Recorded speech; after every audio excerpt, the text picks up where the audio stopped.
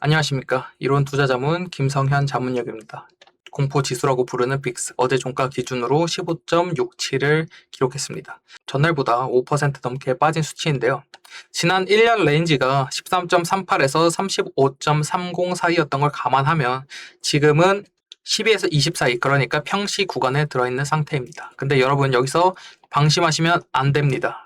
왜냐하면 불과 2주 전, 그러니까 7월 초에 중동 이란 관련 긴장이 고조되었을 때 WTI 유가 한 달짜리 변동성이 한때 68%까지 튀었거든요. 지금 51%로 진정됐지만 이런 식으로 특정 이벤트가 터질 때마다 변동성이 스파이크 치는 패턴이 반복되고 있다는 겁니다. 특히 대한민국 현재 레버리지 상품으로 인해서 지금 변동성이 추가적으로 너무 큽니다. 이럴 때일수록 대박낼 종목 찾아다니시는 게 아니라 계좌를 지키는 법부터 챙기셔야 합니다. 오늘 그 방법 3가지 전문 트레이더들이 쓰는 방식 그대로 알려드리겠습니다. 보통 트레이더들은 변동성 장세에서 뭘 가장 볼까요? 수익률이 아닙니다. 바로 MDD 최대 낙폭입니다. 내 계좌가 고점 대비 얼마나 빠졌느냐, 이걸 통제하는 게 첫 번째 생존의 법칙입니다. 왜 그런지 숫자로 보여드리겠습니다. 여러분 계좌가 10% 빠졌다. 이걸 복구하려면, 원금을 회복하려면 몇 퍼센트 벌어야 할까? 바로 11.1%입니다. 얼추 비슷하죠. 근데 20% 빠지면요, 25%를 버셔야 합니다. 30%는 40.9, 50%는 100%를 수익 내셔야 합니다. 손실은 절대 대칭이 아닙니다. 빠질 때는 쉽게 빠지는데 회복은 기하급수적으로 어려워집니다. 그러니까 계좌가 이 돌이킬 수 없는 강을 건너기 전에 제가 말씀드리는 3가지 방패, 지금부터 잘 챙겨 들어서 여러분들의 매매나 이런 부분에 도움이 되시라는 게 오늘 방송의 핵심입니다. 네, 첫 번째 방패는 ATR이죠. 평균 실제 변동폭인데요. 어렵게 들리실 수도 있겠지만 쉽게 설명드릴게요. 그 종목의 하루 평균 활동량이에요. 최근 14일 동안 하루에 얼마나 오르락 내리락 했는지 평균적으로 낸 숫자죠. 비하자면 하루 종일 뛰어다니는 활발한 강아지가 있어요. 만원짜리 주식인데 ATR이 500원이다. 그럼 이 종목은 하루에 위아래로 500원씩 왔다 갔다 하는 활발한 녀석이란 뜻입니다. 그런데 이 종목에 아무 생각 없이 마이너스 3% 손절선, 그러니까 300원 떨어지면 무조건 판다는 식으로 기계적으로 정해두면 어떻게 되냐. 이 종목 원래 그 정도는 하루에도 왔다 갔다 하는 A인데 평소 흔들림에 손절선이 걸려서 나만 팔고 나가고 주가는 다시 올라가는 억울한 상황이 생깁니다.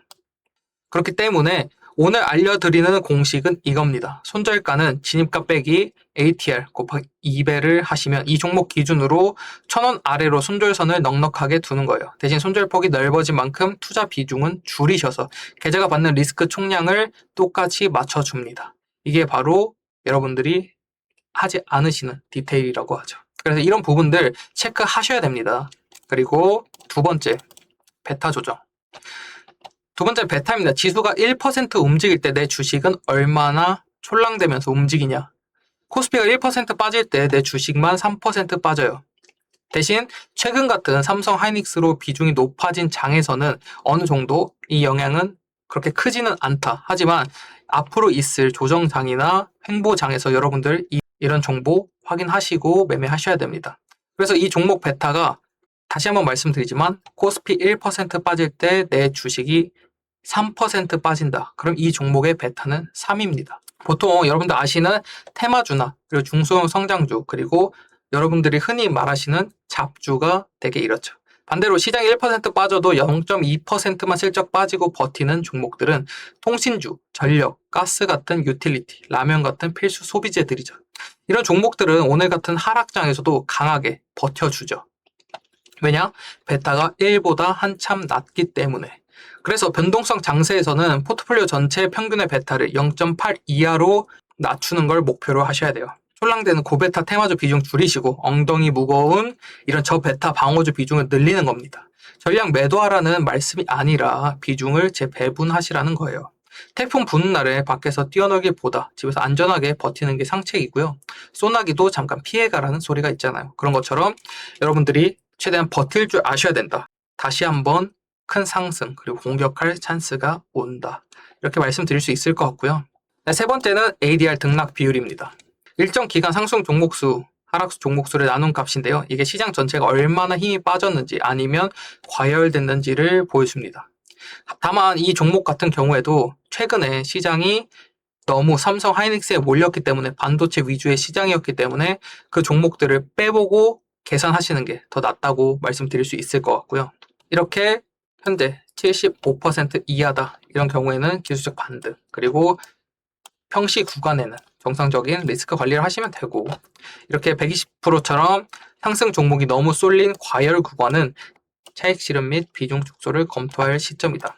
지금 시장은 어느 정도 왜곡이 생겼기 때문에 이런 상승 종목 현재는 어떻게 보면 하락장이라고 보시는 게 맞죠. 오늘 시장은 최근 시장은 좀 왜곡된 부분이 있기 때문에 이 부분들은 이제 앞으로 올 조정장이나 그리고 횡보장에서 여러분들이 매매하시면서 무조건적으로 아셔야 되는 정보이다라고 말씀드릴 수 있을 것 같고요. 다시 한번 여기서 말씀드리는 팁은 빅스가 급등 후 ADR이 바닥권이면서 빅스가 급등 후에 진정 국면에 들어설 때가 통계적으로 리스크 대비 반등 기대값이 가장 높은 구간이다. 주식은 확률이라고 말씀드렸고요. 그런 확률이 가장 높은 구간에 들어가시는 게 보다 현명한 선택이다. 이런 말씀 드리면서 오늘 세 가지 시장 에너지 진단 해드렸고요. 네, 오늘 세 가지 말씀드렸는데 이렇게 ATR로 손절 설계를 하고 그리고 변동성 큰 종목들 비중 줄이시고 베타 하향 조정하셔서 포트폴리오 평균 베타를 0.8 이하로 낮춰서 시장 낙폭에 대한 민감도를 줄이시면 됩니다.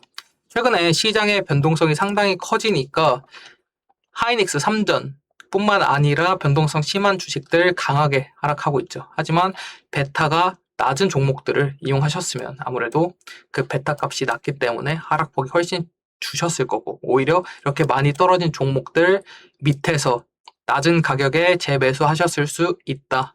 그리고 마지막으로 등락 비율 75% 이하 구간에서 저점 패닉셀을 자제하고 시장 에너지를 함께 진단하면서 매매를 하셔야 된다.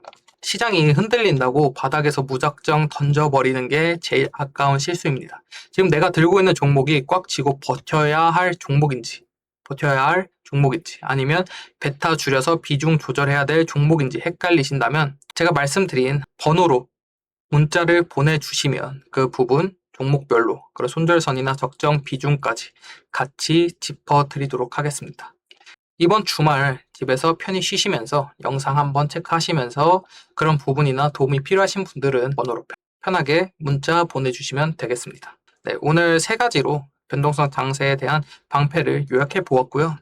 여러분들 주말에 편히 쉬시면서 이런 영상 찾아보시면서 앞으로에 대한 변동성이나 하락장에서도 최대한 손실 줄여 가시면서 다음에 있을 상승장을 대비하시는 현명한 투자자가 되시길 바라겠습니다. 네, 지금까지 이론 투자자문 김성현 자문역이었고요. 주말 편히 보내시고 다음 주 월요일에 다시 한번 찾아뵙도록 하겠습니다.